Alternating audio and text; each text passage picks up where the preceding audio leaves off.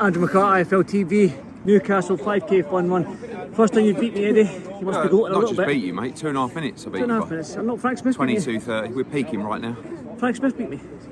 Yeah, he's looks a little, he's a bit sad because he knows, like, he was doing me, and now the old fella's come good. Yeah, but as soon as you do this shoot, you're going back the other way. Excuse me. up the builders. Go on.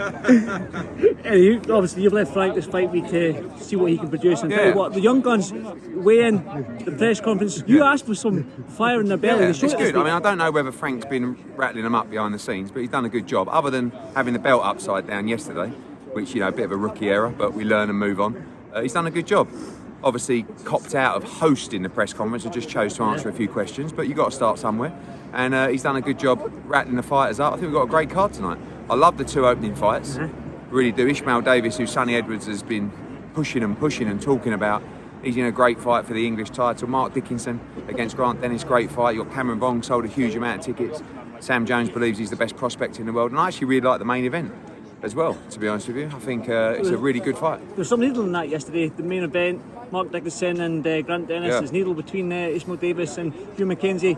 Underrated card, so they should tune in. It's a next gen. 50-50 fights. It's a next gen card. You know, I mean, we're doing shows all around the world every week.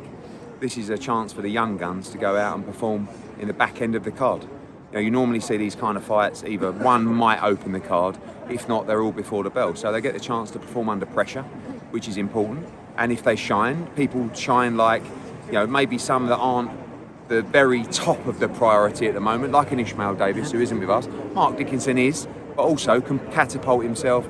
You know, big performances get big platforms. They get big attention.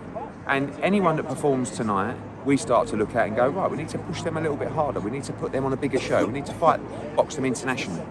And yeah, I like what I see tonight. I'm looking forward to it. That's what you said to me in Liverpool, that you want your young fighters to show you something, not just in the ring, but a little bit in the press conference, get a little bit of fire in your belly. It's not just me, it's the public. You know, you've got to build storylines, you've got to get people interested, you've got to get people invested in their story, in their personality, but most of all in their performance.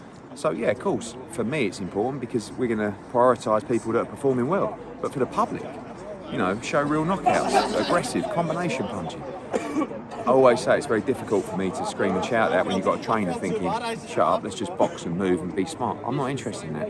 Honestly, we might as well be real. We want entertainment. This is an entertainment sport. You've got to win, you've got to box nice, but you've got to knock people out. Can I talk about last night? Obviously, I'm sure you've saw Chris Eubank Sr. and Harlem Eubank's interviews. Now, I'm going to paraphrase a little bit here. I think that Chris Eubank Sr. said something along the lines that don't disgrace you're disgracing your family name, Conor Benn, going up to 160. You're a 147 pounder. Don't cheat. Get your British Boxing Board of Control licence. Don't try and cheat the system. What's that affect? Just your response to that? I mean, yeah, it's good to see Senior back. I think he's good for the sport. I think he's hilarious. I mean, his interview is, we've been playing it all morning. You know, the bit where he starts going into his chat is hilarious. He called himself the King, and he's fighter the Prince. I don't think I'll try that. But look, it just builds up the Chris Eubank Jr. fight. Obviously, no interest in Harlem Eubank. Good young fighter. It's a nothing fight for Conor Benn. The one we want, the one the country wants, the one that's spitting with venom, is Chris Eubank Jr. And hopefully we can get that over the line. And hopefully Senior can be involved somewhat, because obviously Nigel will be, because he's very close to Conor. But I don't know how the dynamics of that relationship's working. What do you make of him pushing Harlem Eubank when he has to, you know, then they need to call out a big name. Conor Benn's one of the biggest names in the sport. So everybody's calling him out to fight him, and now you've got a light welterweight calling out to fight him. And as I said, like, no disrespect to Harlem, he's a good young fighter. I don't believe he's anywhere near Conor Benn's levels, but he will do, of course, and I wish him all the best. But we only want big fights, we only want big names, and obviously we know the target. You mentioned you want to see characters in the sport, and you're touching it there. It's good to see Senior back, because he is a character and one that we need in the sport. Brilliant. Great to see him back. Hopefully in full health and an asset to the sport when he was fighting, an asset to the sport now. You don't have to be, you know, I always say, I mean, I've probably made a living out of being like I always say, a bit of a knob. And same with Senior. Like, a lot of people look at him and go, you know, no disrespect, but what a plonker. But at least they've got an opinion. Yeah. You know, Chris Eubank used to sell out arenas for half the people hoping he got beat. And half the people love this. It doesn't matter what people think, as long as they want to tune in. And as I said, he's great to see him back. He said something alluding to Connor's team, that there's a snake in his team that's making him do this fight. He didn't give names, but he said promoter, manager, and There's trainer. only one person. Well, we all want the fight, but he wants this fight so bad. And yeah, I understand financially it's a lot of money. He wants to tear Chris Eubank Jr. to pieces in that ring. To pieces. Yeah, financial whatever. This ain't even about the money. Because it started off, it was about legacy, it was the build-up. There was a tiny bit of needle, not a lot. So now there's bundles of needle. A lot has been said. And when this fight gets made, the build-up is going to be ferocious.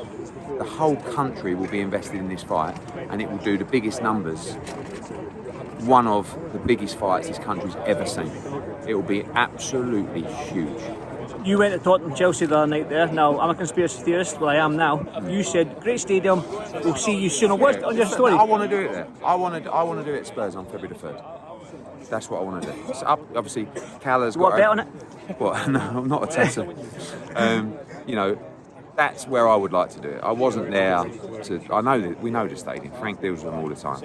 You know, it's a fantastic team there. It's the place for that fight, in my opinion. But we'll see. That's where, if I had my say, that's where it would be. And February the 3rd will be the day. Touch on December 23rd. I'm hearing loads of talks. There's rumours, as you know, in this spot about Chisora against Ngannou, McCauley against Wilder and Joshua on the same card on December 23rd. Now, I know that fight hasn't been made yet, but the two of them on the same card, in the same arena, they're going to come face to face. Can you give me a little bit on that? Yeah, I mean, I said in Monaco last week that we were in talks with Saudi Arabia about some of our fighters fighting on that card on December 23. I'm not going to say too much because I don't want to upset too many. people. Everybody's watching you. But we are in negotiations with Saudi Arabia for more than one of our fighters to fight on December 23rd. And that's it. There's still a long way to go, but we're keen to look at the options, and if it makes sense for the fighters, absolutely, more than willing to do it. So we'll see what happens this week. Where are we on the tattoo? Sorry? Where are we on the tattoo? He's actually messaged me. I've just got a voice note. I haven't even listened to it.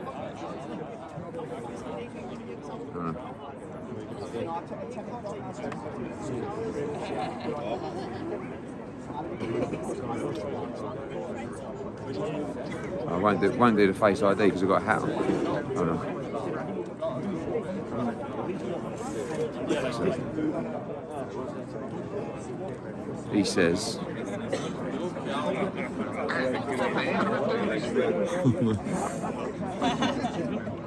He won't leave me alone. Who's that cooking?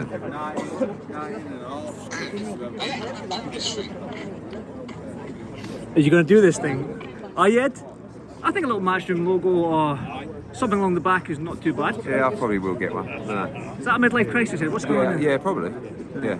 Well, at least listen, welcome to the world. Ugly tattoos, cookies, girls. There you Welcome go. to the world. Listen, Ed, one more on this 5k turnout in Newcastle. The fans always turn up on the show itself. Yeah, it's a really good show tonight. Great turnout for the 5k. As I said, the young guns looking to impress. Tune in tonight live on The Zone. Eddie, thanks very much. I'll see you in the next one. Cheers, mate. Cheers, Eddie. Thank you.